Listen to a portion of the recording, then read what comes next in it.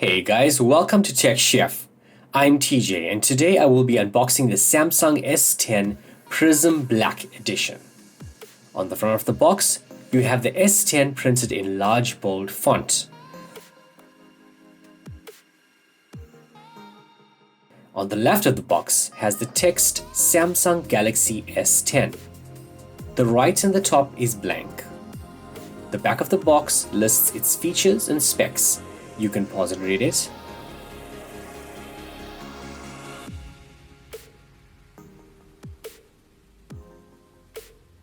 Let's get this opened.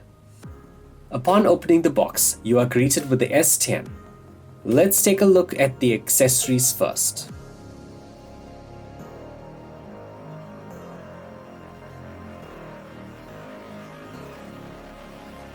This small box includes a clear hard shell case. It's very cool, Samsung has chosen to include this. This won't give you much drop protection, but it is slim and will protect against light scratches. There is also info on Samsung Pay, a warranty card, using Smart Switch to transfer info from your old device to this phone, a quick start guide, and a SIM card removal tool. Included in the accessories is a Samsung fast charger, a USB to Type-C adapter, a pair of AKG headphones and an extra set of earbud tips in different sizes, and a USB Type-C cable. Let's take a look at the phone.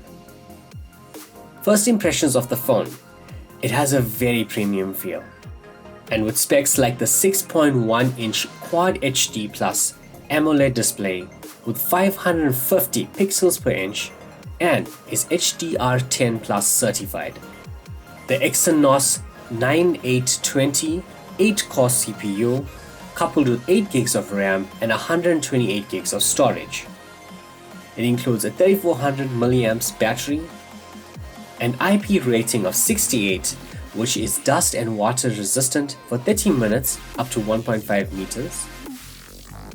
Triple cameras, which include a 12 megapixel telephoto, a 12 megapixel wide angle, and a 16 megapixel ultra wide lens.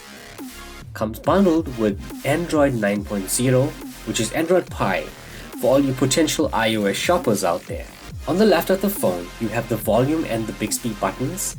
On the bottom, it has a headphone jack, USB Type-C port, mic, and speaker grill. On the right, you have the power button. This phone has an in-display fingerprint sensor. On the top, you have your SIM card and micro SD card slots, and a 10 megapixel front camera. It is a beast. Guys, thanks for watching and I hope you enjoyed the video. With high-end smartphones like this, does anyone even need a dedicated camera? Let me know your thoughts about this in the comments below. And shout out to Roland for letting me unbox this beast of a phone.